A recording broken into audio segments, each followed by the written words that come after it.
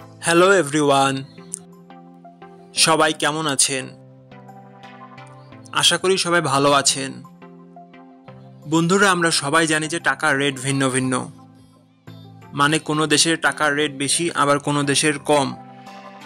কিন্তু আপনি কি জানেন আজকের দিনে ইন্দোনেশিয়ার 100 টাকা সমান বাংলাদেশের কত টাকা হয়?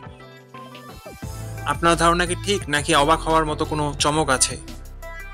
এই ভিডিওটি বিশেষভাবে আপনার জন্য তৈরি, তাই শেষ পর্যন্ত দেখুন। কারণ আপনি যদি নিয়মিত টাকার রেট জানেন, তাহলে অর্থ লেনদেন বা বিদেশ থেকে পাঠানো রেমিটেন্সে লাভবান হতে পারেন। আজ সোমবার 28শে জুলাই 2025।